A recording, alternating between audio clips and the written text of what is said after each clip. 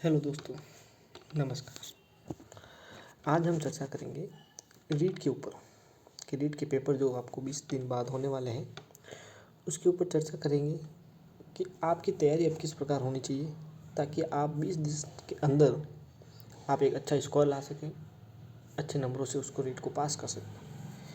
देखिए, रीट के लिए सबसे ज़्यादा ज़रूरी है कि सवाल को किस प्रकार अटेम्प्ट करना, ये ज़्यादा ज़रूरी है, क्योंकि 20 दिन के अंदर आप कोई नए सब्जेक्ट को नहीं पढ़े, जो आपने पढ़ा है उसी को रिवीजन करें।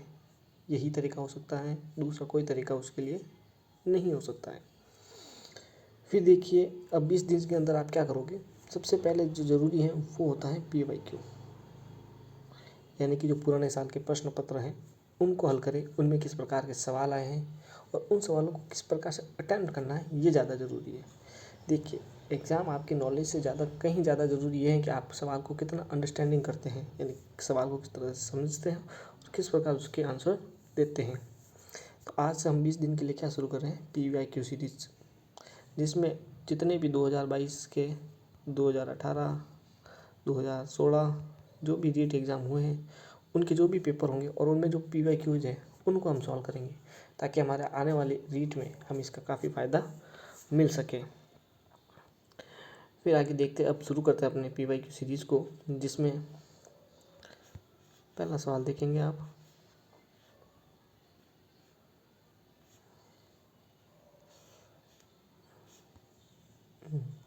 ये देखिए, आपके सामने है पहला सवाल। इसको पहले समझते हैं सवाल क्या पूछ रहा है और किस प्रकार इसके जवाब देंगे। आपने अगर नहीं भी पढ़ा हुआ है तब भी आप सवालों को अटेम्प्ट कर सकते हैं थोड़ी सी समझ के लिए। जैसे हम साइकोलॉजी का ये पहला सवाल है, इसमें देखिए क्या चीज़ पूछी है, क्या चीज़ हमें पता करनी है कि निम्नलिखित में से कौन से कथन असत्य है।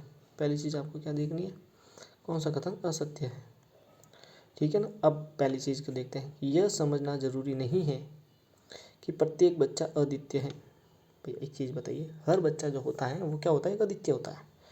सब में अपनी अपनी खूबी होती है, सब में अपनी अपनी कमजोरियाँ हैं, सबके अपनी अपनी ताकत है, एक अद्वितीय होता है ये। जबकि पहला स्टेटमेंट कह रहा है क्या है, यह समझना जरूरी नहीं है।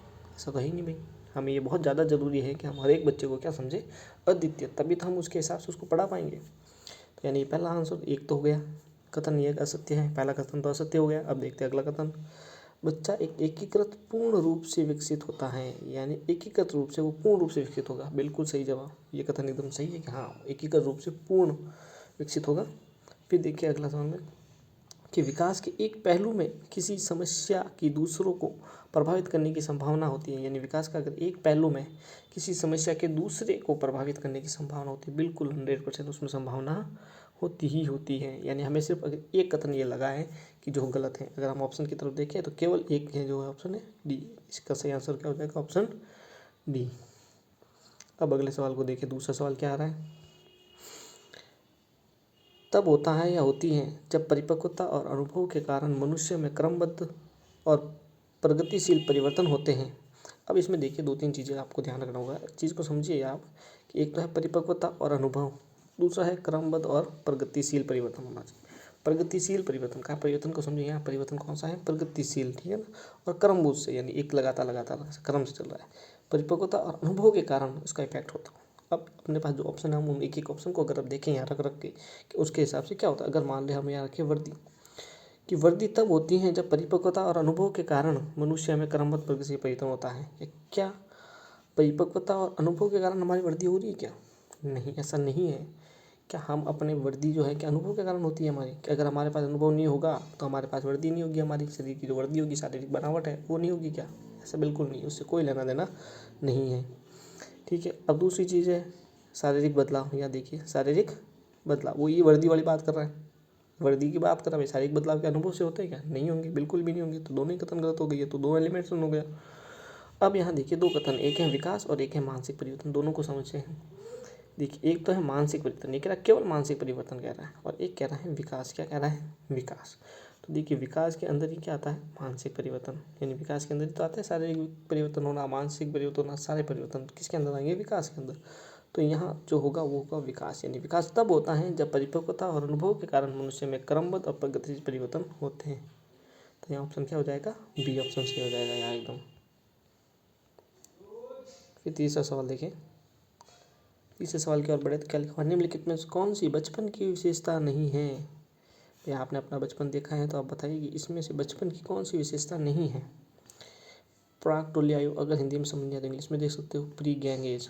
प्री गैंग एज यानी बच्चों को आपने देखा होगा सामान्यतः कि जो बच्चे हैं वो हमेशा टोली में रहेंगे, गैंग बनाएंगे। जैसे तारक मेहता में टप्पू सेना की बात कर लो आप, टप्पू सेना वैसी ही सेना, आप उसे समझ लो कि क्या बोलते हैं, वो एक गैंग बनेंगे, उसमें एक लीडर भी बनेगा वो, ठीक है ना।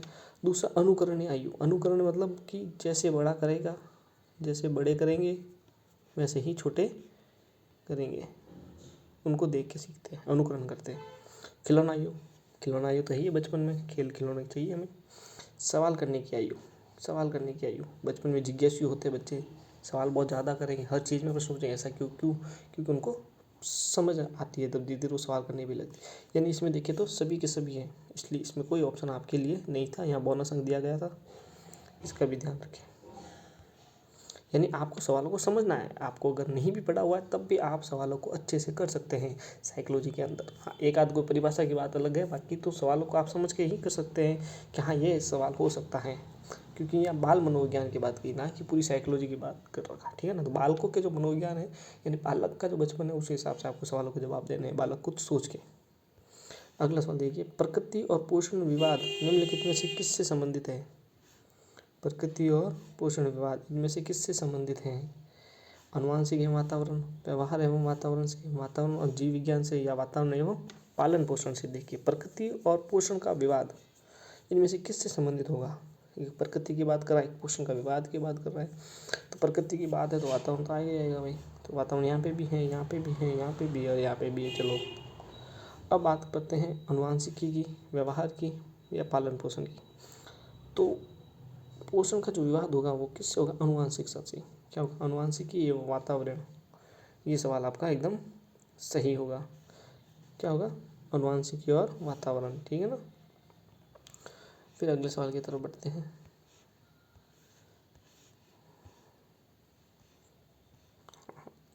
अब यहाँ देखिए, ये कुछ सवाल थे जो पढ़ने वाले थे, समझने के लिए थे कि एक प्रतिभाशाली जो व्यक्ति होगा या बालक है, प्रतिभाशाली जो इंटेलिजेंट बच्चा जिसको हम कहते हैं, उसकी बुद्धि लब्धि IQ कितनी होती है। ये सवाल साल की पढ़ के आपको सवाल देना है कि बुद्धि लब्धि की। देखो एक चीज़ देखिए, 55 तो हो ही नहीं सकती भाई, 55 तो होगी ही नहीं, ये तो सीधी सी बात है। ये तो करेक्ट हो गया। अब बचा 120, 130 और 140।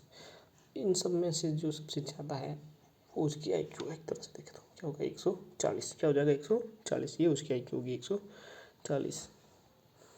अब अगले सवाल के देखते हैं। छठा सवाल क्या लिखा हुआ है, स्कूलों को व्यक्तिगत विभिन्नताओं का ध्यान रखना चाहिए, क्योंकि स्कूलों के इंडिविजुअल डिफरेंस, हर एक व्यक्ति का जो बालक हमारे पास विद्यालय में आ रहे हैं उन सभी के व्यक्तिगत जो डिफरेंस है ना, व्यक्तिगत जो भिन्नता है उसको भी ध्यान रखना चाहिए। ऐसा क्यों रखना चाहिए क्यों करना चाहिए व्यक्ति को, क्या प्रत्येक छात्र को विशिष्ट महसूस करवाने तो कि नहीं भाई तुम बहुत स्पेशल हो हमारे लिए, इसलिए तुम्हारे लिए हमारे ऐसी व्यवस्था की है। ये हर एक बालिक के लिए क्या ऐसा संभव है, क्या क्या ऐसा संभव है कि अगर आप हकीकत में देखिए विद्यालय में ऐसा संभव है सकता है कि हर बालक को एक विशिष्ट महसूस करवाने के लिए करवाया हो। ठीक है, फिर देखिए अगला, छात्रों के बीच के अंतर को कम करने के लिए, के बीच में कोई अंतर नहीं है, सब एक है, ऐसे कहा गया हो। फिर सी ऑप्शन क्या लिखा, छात्रों व छात्राओं की क्षमताओं और प्रदर्शन को नहीं जानने के लिए। ये तो हो ही नहीं सकता भाई, नहीं जानने के लिए क्यों नहीं, जानने के लिए तो करेंगे हम, विशिष्टताओं के लिए। समझने के लिए कि छात्र सीखने में समर्थ हैं या असमर्थ क्यों हो रहे हैं, ये समझने के लिए व्यक्तिगत भिन्नताओं को हमें ध्यान में रखना चाहिए। कि समझने की कि छात्र जो सीख रहे हैं उसमें समर्थ है या नहीं है, या क्यों नहीं है, तो कारण क्या है, ये क्यों नहीं बच्चा सीख रहा है। इसलिए हमें हर एक की व्यक्तिगत चीज़ों को देखना पड़ता है, हर एक बच्चे का एक पोर्टफोलियो तैयार करना पड़ेगा ताकि हर एक बच्चे को हम अलग अलग देख सकें, ध्यान लगा सकें कि हाँ ये सीख रहा है या नहीं सीख रहा है, तो क्यों नहीं सीख रहा है ना। इसलिए इस ऑप्शन में क्या हो जाएगा, आंसर डी सही हो जाएगा। ऑप्शन आपके डी सही है इसमें, ठीक है ना। एकदम सही बात करें तो वो होगा डी, इसमें ऑप्शन क्या हो जाएगा, डी। फिर 7वां सवाल देखिए,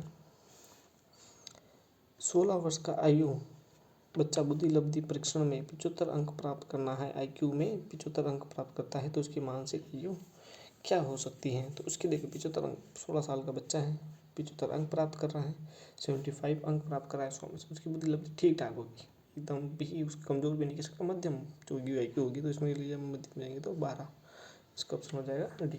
ठीक है ना। फिर अगला सवाल देखिए। अब देखिए अगला सवाल 8वें में क्या लिखा हुआ है। प्रत्येक व्यक्ति का कार्य निश्चित योग्यताओं का प्रतिबिंब होता है।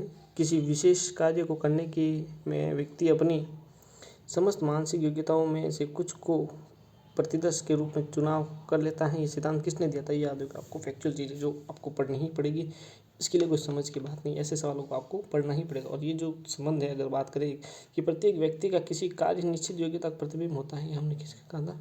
थॉमसन ने। किसने कहा था? Option D, Thomson. तो इन सवालों को तो आपको देखो पढ़ने ही पड़ेंगे, या समझ में देखिए नहीं आए के। अब जो है बिना समझ के जो अगर बात करें, जिनको पढ़ना ही पड़ेगा आपको, वो क्या होता है? निम्न में से कौन सी व्यक्तिगत मापन की प्रक्षेपी विधि है? प्रक्षेपी टेक्निक्स है, पर्सनैलिटी मेजरमेंट है, किससे करोगे आप? प्रोजेक्ट टेक्निक्स और पर्सनैलिटी मेजरमेंट। किसी व्यक्ति की अगर पर्सनैलिटी आपको मापनी है तो आप क्या तरीका अपनाओगे? उसका अवलोकन करोगे, उसके निर्धारण मापन बनाओगे, उसका इंटरव्यू ले लोगे आप उसका, या कथानक संप्रेषण करोगे, क्या करोगे आप बताइए? उसके लिए है थैमेटिक अप्रोच टेस्ट, ये करोगे। कथानक संप्रेषण करोगे ताकि उसकी व्यक्तिगत मापन हमें पता चल सके। ठीक है ना। अब अगले सवाल की ओर बढ़ते हैं। 10वां सवाल। 10वें सवाल में हम बढ़ते हैं, क्या है पूछ रहा है 10वां सवाल कि सृजनात्मकता मुख्यतः किससे संबंधित है? क्रिएटिविटी किससे संबंधित है? इनमें से हाइपर एक्टिविटी से, कन्वर्जेंटी से, या कम बोधगम्यता से, या अपसारी चिंतन से, डाइवर्जेंट थिंकिंग से। तो किससे संबंधित है? सृजनात्मक हाइपर एक्टिविटी से बिल्कुल नहीं होगी, है ना। अभिसारी भी चिंतन नहीं होगा। अभिसारी मतलब अंदर ही अंदर जो सोच रहा है वो तो बिल्कुल ही नहीं। क्रिएटिविटी क्या होगी? क्रिएटिविटी तो बाहर दिखेगी ना भाई, बाहर होगी। तो जो अभिसारी है, चिंतन है, यानी अंदर की तरफ सोच वो तो बिल्कुल भी नहीं होगा। अति सक्रियता भी बिल्कुल भी नहीं, सृजनात्मकता नहीं करेगी। कम बोधगम्यता, बोधगम्यता अगर कम होगी उसकी, अगर वो कॉन्फ्रेंसेस बहुत कम करेगा तो फिर वो क्रिएटिव नहीं कर पाएगा, वो अच्छा संकोच करेगा, तो इस प्रकार ये भी नहीं होगा। अब क्या बचा? डाइवर्जेंट थिंकिंग, जिसकी सोच क्या होगी? डाइवर्जेंट होगी, अलग अलग तरह से वो सोचता होगा, यहाँ से तभी तो क्रिएटिव करेगा। अगर सबकी तरह सोचने लगेगा तो फिर क्रिएटिव तो होगा नहीं, वो कुछ अलग सोचेगा, सबसे अलग सोचेगा। तो ये हो जाएगा ऑप्शन डी इसका। ठीक है ना। अब अगले की बात करते हैं कि निम्नलिखित में से कौन सी स्थिति समायोजन को बढ़ावा देती है? कौन सी स्थिति एडजस्टमेंट, जिसे कहते हैं ना एडजस्टमेंट कर लीजिए, किस चीज़, कौन सी चीज़ हमें कहते हैं कि एडजस्टमेंट कर लो? इस बात ये चीज़ देखिए, तीव्र चिंता, बीमारी का डर, अपराध बोध की जनूनी, विक्षिप्त भय और चिंता से मुक्ति, यही हमें करती है समायोजन के लिए। विक्षिप्त भय और चिंता से मुक्ति के लिए तो हम एडजस्टमेंट करते हैं कि फ्री फ्रॉम फियर्स एंजाइटीज़, इनसे अगर हम दूर रहना चाहते हैं तो हम क्या करेंगे? समायोजन को बढ़ावा देगी ये चीज़, एडजस्टमेंट, है ना। फिर अगला सवाल देखिए, प्रतिभाशाली बालक में क्या लक्षण होंगे? एक प्रतिभाशाली बालक है, उसमें क्या लक्षण होंगे? क्या उसमें जिज्ञासा होगी क्या? पहली चीज़ देखते हैं, अभिव्यक्ति में नव्यता। अभिव्यक्ति में नव्यता हमें एकदम इंटरेक्टिव होगी, नई नई चीज़ें वो बताएगा। प्रतिभाशाली बच्चा होगा तो उसमें अभिव्यक्ति में नव्यता होगी, जिज्ञासा भी है,